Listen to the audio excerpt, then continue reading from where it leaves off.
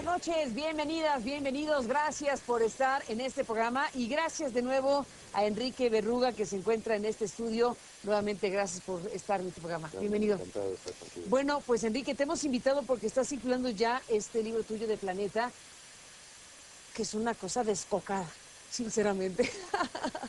El American Dream, esta que es la primera sátira mexicana de la era Trump. Bueno, la portada es una estatua de la libertad con un corongo mexicano, es de Saltillo seguramente. Zarape. Zarape, un zarape, más que un corongo, un zarape.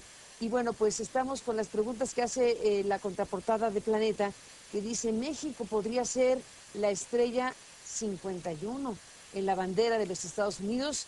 ¿Quién lamentaría la pérdida de la podrida clase política mexicana? ¿Sería posible que que al fin se nos haga y los mexicanos podamos disfrutar del American Way of Life?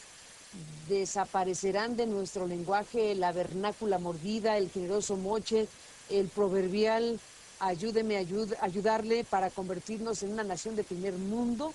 Bueno, pues como dice tu contraportada, la contraportada de tu libro y la presentación de Planeta, en esta inteligente, satírica y audaz novela, Enrique Berruga Piroy explora la nada descabellada, yo sí creo que es descabellada, posibilidad de la unión de una vez y para siempre de los tacos con las hamburguesas. Bueno, ¿qué has hecho con este libro que incluso tiene ahí algunos personajes y citas altamente sugerentes como un Enrique que dice la corrupción ha dejado de ser parte de nuestra cultura, lo mismo que México ha dejado de ser parte de los mexicanos? El American Dream, ¿de dónde salió esto?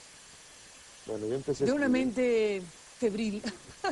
pues posiblemente no. Bueno, la verdad es que una pregunta más o menos obligada en el contexto en el que estamos, tanto por lo que pasa en Estados Unidos como sobre todo por lo que está pasando en México, es que se estarán preguntando la superpotencia. Recordemos que no nada más son nuestros vecinos, son la superpotencia global. ¿Qué se estarán preguntando respecto al futuro, la estabilidad o inestabilidad de México?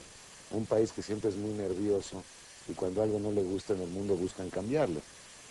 O sea, son un país que a lo largo de su breve historia han hecho la reconstrucción de Europa, escribieron la constitución del Japón, ganaron la Guerra Fría, acabaron con la Unión Soviética. Y este país vecino, aquí al lado, que les genera una cantidad de problemas importantes y inquietudes sobre todo importantes, el país que más influye cotidianamente en Estados Unidos, ¿qué pueden estar pensando en Washington? Entonces es un poco la reflexión que origina esto, si es una cuestión nada más de una visión propia que tenemos los mexicanos del estado en que se encuentra nuestro país, o cómo se está registrando esto más allá de nuestras fronteras, y sobre todo en el caso de Estados Unidos. Entonces, el argumento es que habiendo ya 35 millones de mexicanos en Estados Unidos decide actuar en legítima defensa y dice, antes de que tengamos 70 o 100 millones de mexicanos de este lado, mejor nosotros actuamos y tomamos México, en el estricto sentido de autodefensa de Estados Unidos.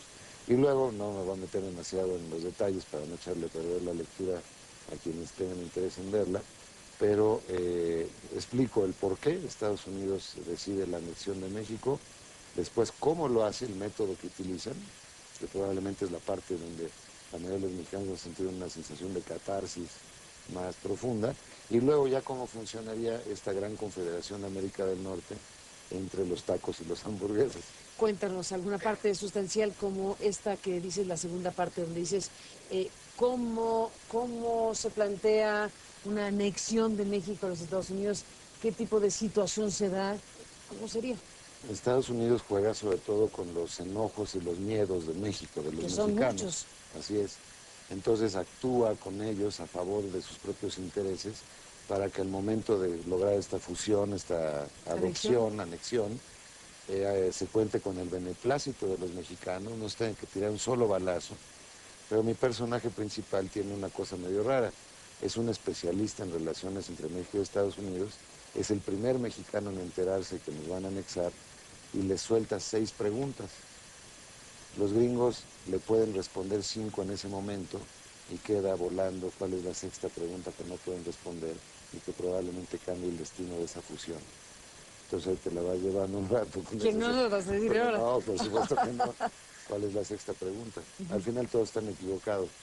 Pero algo que es muy importante es llegar al último capítulo, que es donde se entera uno, incluso del título del libro, porque es el American Dream. ¿Es para ti ciencia ficción o realmente piensas, ya hablando en serio, que una situación así se pueda dar entre México y Estados Unidos algún día de estos? Supongamos que esto se convierte en algo todavía más extremo, en algo que rebase ya los niveles de aceptación de una sociedad que no tiene una puerta de salida al interior de su propio país. ¿Esto lo ves en un horizonte, por más lejano que sea, viable? ¿Cuál es la normalidad de México hoy? La normalidad es que tengamos 30 muertos diarios, que la mitad de los gobernadores estén bajo sospecha, ¿no? Que siempre que hay un arresto sea fuera de México, es una cosa curiosa, sí. También es no sé, es parte de la normalidad mexicana, que cuando alguien comete ilícitos en el país se le arreste fuera de las fronteras de México. Tenemos que encontrar siempre la cooperación internacional para que se haga la justicia en nuestro país, como los últimos 3 gobernadores que se han arrestado, uno en Italia, uno en Guatemala, otro en Panamá, otro probablemente ahora en Estados Unidos. ¿Cuál es la normalidad de México? Entonces, esa pregunta seguramente en Washington está ocurriendo. Sí.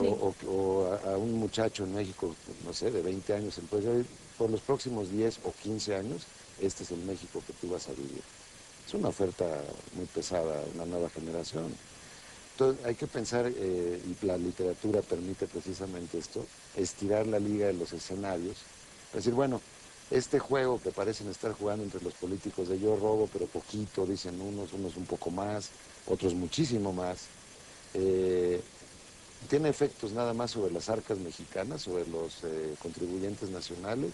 ¿O tiene efectos realmente de desestabilización prolongada o digamos, paulatina del país, al grado que el mundo se pueda poner nervioso? México es una ficha muy importante en el tablero mundial, no es cualquier país.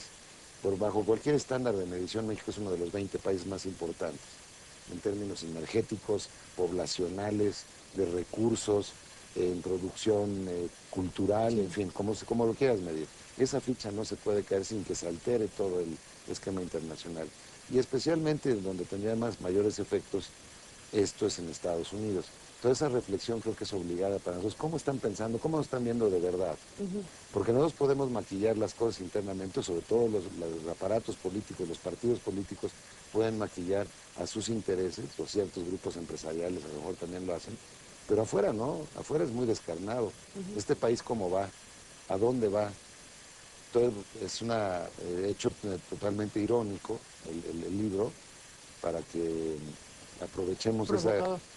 Bueno, es más provocador, pero también es mucho más mexicano, más genuino, porque la única forma de, quizá, de soltar vapor en México ante la ineficiencia de nuestro sistema judicial, todas las que vamos dejando pasar. Ya no tenemos ni siquiera memoria más que de la última semana, casi, por la cantidad de escándalos que se van acumulando. Entonces, ante eso, normalmente la fórmula más mexicana pues, ha sido el escarnio, el humor, la sátira, los chistes. Nos reímos mucho de nosotros mismos. Afortunadamente tenemos esa cualidad, si no, no sé dónde estaríamos. Si nos la tomáramos demasiado en serio, sería tremendo. Pero esta parte como de terapéutica que el mexicano utiliza, que de hecho deberían escuchar muchísimo más los políticos de esa parte terapéutica, porque es lo que el pueblo está realmente pensando, lo que la gente de la calle está pensando. Todo esto transmite mucho eso, de lo que la gente está pensando, como se ven realmente. A través de los ojos de los gringos, aquí se plantea cómo realmente nos están viendo ellos y cómo también la gente los está viendo. Enrique Berruga, como autor, déjame hacer una pausa, regresamos y seguimos conversando.